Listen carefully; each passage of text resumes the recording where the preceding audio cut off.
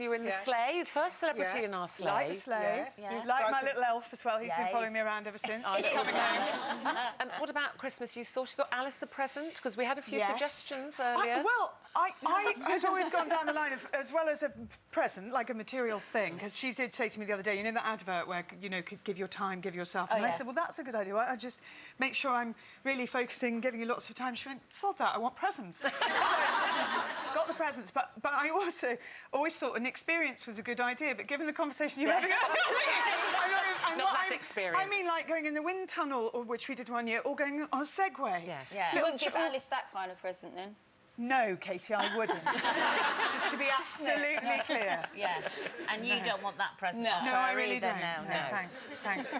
But listen, we were talking there about, you know, confidence in young women and role models for young women. And the book that you've written, I mean, you've obviously written about your autobiography, but this is a children's book, your first children's book, The Racehorse Who Wouldn't Gallop. I mean, it's a lovely story, but there is a message in here, isn't there, that you felt very strongly about? Well, my heroine, Charlie, who's a 10-year-old girl, she gets teased by her older brothers for having thunder thighs.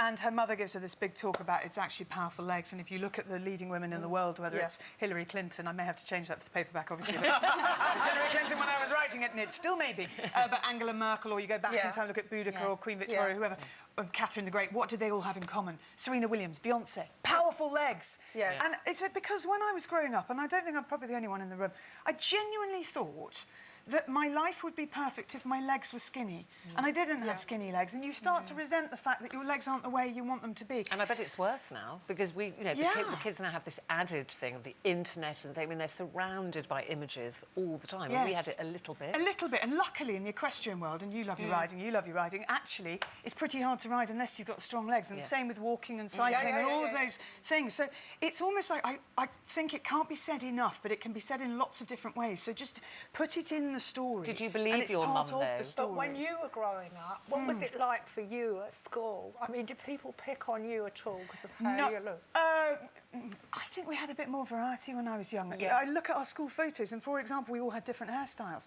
You look at school photos now. All the same? Find a girl who has long, straight hair. Straight hair, no fringe drives me. And also, we weren't glamorous. We absolutely weren't glamorous. I mean, you look at our school photos, we had like greasy hair and grips like that and side We didn't get parting. dressed for school. No. And it's also that idea of don't be afraid to be different. Don't be afraid to fail. Try a few things.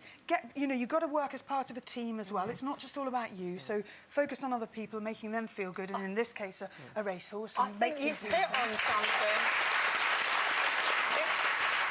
I can't imagine, because I had a bad time at school because I wore glasses and I had big frilly teeth and I was tall and thin.